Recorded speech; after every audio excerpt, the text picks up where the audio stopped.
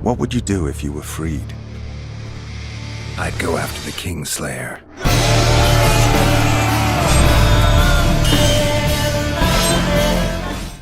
Even though gaming laptops are more powerful than ever, we don't all have a laptop with a GTX 2080 in it. Some of us prefer a lighter, smaller notebook for life on the go, and sometimes that means giving up playing the most demanding PC games. This video is brought to you by Answerly, a question platform that pays you for adding high-quality answers on different questions. The users are rewarded in Answerly tokens, which they can easily convert into dollars or any other cryptocurrency by using one of the exchanges mentioned in the description. Hello and welcome to our YouTube channel. In today's video, we will be checking out the top high graphic games that you can play even with a low-end PC. We all want to have the best gaming setup, but not everybody can afford to pay $1,000 premiums for GPUs. But that's fine, because there are a ton of great laptop and low-end games available. If you're looking for something that'll run without much fuzz, here's the best games we have found for you to try out. The Witcher 2 Assassins of Kings. The Witcher 2 is not a normal video game, and it's not a normal fantasy one. It subverts the old high fantasy stereotypes even as it employs them. The elves that you'll meet in Temeria are charming, ethereal forest dwellers, they're guerrilla insurgents raining death on humans from the trees.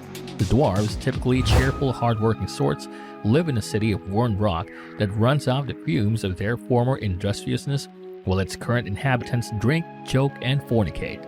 The various kingdoms are on the precipice of war, led by despotic kings who play their personal vendettas out on the battlefields at the expense of their armies' lives.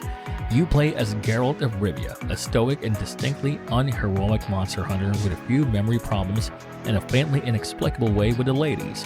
Though sworn to impartiality on matters of the state, he is drawn on this complex political maelstrom by a series of regicides that brand him a criminal and pull him back into his own forgotten past. The Witcher 2 is a game for adults, and not just because of all the sex and violence. It expects you to be intelligent and interested to care about the political machinations, racial tensions, and complex history of its world. Plenty of games to shield you from their lore, afraid that it might scare you off. The Witcher 2 drops you right in the thick of it and expects you to deal with it. The Witcher 3 might be Geralt's magnus opus, but the GOTY edition of The Witcher 2 is still a superb adventure in its own right. The combat takes some getting used to, but you'll have more leeway over the direction of the story, and it's a great way to scratch any itches left over from the Netflix series. Best of all, The Witcher 2 can run rather smoothly on low-end games and integrated laptops, particularly laptops over the last few years. The Legend of Heroes Trails in the Sky. The game is a 3D environment presented in an isometric rotatable camera perspective with sprites for characters, but the art is charming. It's cutesy but still relatable and set in a steampunk version of a society that went industrial almost overnight, with a lot of relics of the pre-industrial days still present. Combat is played out on a grid in a turn-based fashion with a magic system, although the game has its own lore regarding this, and there's the usual healing, elemental, and area effect spells against a wide variety of enemy types. There are no random battles, although monsters do appear in the world map, so it's the player's choice whether to engage most of the time, although their placement makes it a necessity at other times. One of the most well-crafted and most enormous JRPGs ever made. Trails in the Sky is an excellent adventure that you can comfortably get lost in for weeks. It'll run on literally everything. The minimum requirements are a Pentium 3 550MHz CPU, which was released all the way back in 1999.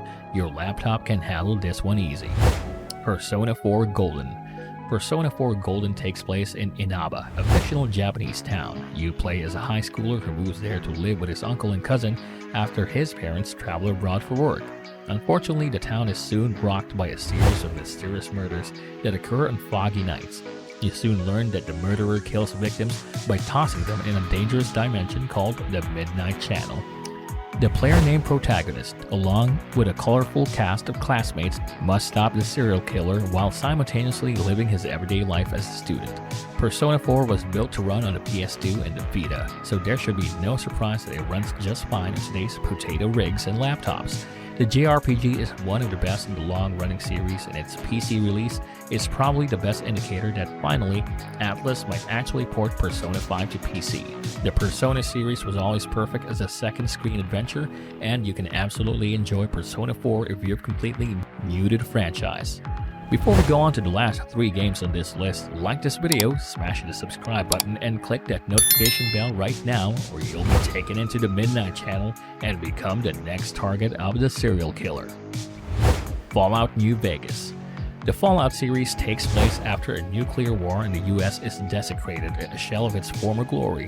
Humanity emerges from the tragedy as selfish and power-hungry as ever. Despite the bombardment of numerous nukes, the city of Vegas managed to survive the war mostly untouched. In the aftermath, a group of people formed touting the values of the old governmental system and called themselves the New California Republic, or NCR. Thanks to the Hoover Dam, the NCR and citizens of New Vegas have access to clean water and power, something most areas lack. At odds with the NCR is the Legion, a dictatorship led by a man who renamed himself Caesar. Based on the Roman methodology of conquering other civilizations, the Legion absorbs nearby tribes and enslaves a portion of their population. The NCR and Caesar's Legion butt heads over control of the area, and tensions are high. Any of the old Fallout games will happily run in games with integrated graphics, but if you had to pick one and you haven't played it already, Fallout New Vegas has a very special charm to it. There's a reason it's the most beloved Fallout on Steam, despite the notorious jank, occasional crashes and bugs that occasionally break quests. New Vegas has also been the beneficiary of some outstanding mods, including ones to reduce how much the game crashes. And if you've got an Xbox Game Pass Ultimate or Game Pass for PC subscription, then you'll already have access to New Vegas along with it. Portal 2. Portal 2 takes place in an indeterminate amount of time, somewhere between 50 and 50,000 years after the events of Portal, which saw Chell destroying the sentient computer GLaDOS and landing outside the facility, only to be dragged back inside of Aperture Science, where she was ultimately placed in a relaxation chamber by Doc Ratman for the indefinite future. The facility is in a state of disrepair at the beginning. Once GLaDOS wears into action, so does the facility, becoming an extension of her body and personality. When you enter a room, mechanized crane arms and wall plates spin and shift with an urgency like you walked in on them with their pants down. As Portal 2 progresses, the environments expand from claustrophobic test chambers to yawning underground chasms. Metal girders and structural supports break and crash into each other, snapping apart in chaotic and natural ways, consistently serving not only to entertain the eye, but to expand our understanding of the game's characters. What's even better is that Portal 2 can be enjoyed with a friend thanks to an entirely separate cooperative storyline. This means there's twice as much to see and do in Portal 2, and it should all run smoothly with low requirements. Assassin's Creed. Assassin's Creed is a 2007 sandbox-style action-adventure stealth game. The game centers around the use of a machine dubbed the Animus, which allows its user to view the genetic memories of his or her ancestors, centering around the protagonist, a bartender named Desmond Miles. As Desmond relieves the memories of one of his ancestors, the assassin Altair ibn Lahad, who lived in the Holy Land during the Third Crusade, details of a battle between two ancient sects, the Knights Templar and the Assassin's Order, emerged as both scour for an artifact known only as a Piece of Eden. The overall goal of the game is to rise through the ranks of the Assassin Order by carrying out a series of assassinations given by the leader of the Order, Al-Mualim. In doing so, Altair travels from Masyaf to cities in the Holy Land, specifically Jerusalem, Akka, and Damascus. As it is more than a decade old, you won't need intense graphics to keep up, while still having the ability to go on covert missions to eliminate public figure to achieve your mission. Well, there you have it, games that your PC can run as if it's a high-end PC. Which games do you think would be a perfect addition to this list? Let us know your thoughts down in the comment section below. If you like this video, make sure to smash the like button and subscribe to this channel. To learn more about Answerly and Answerly tokens, check out the links in the description.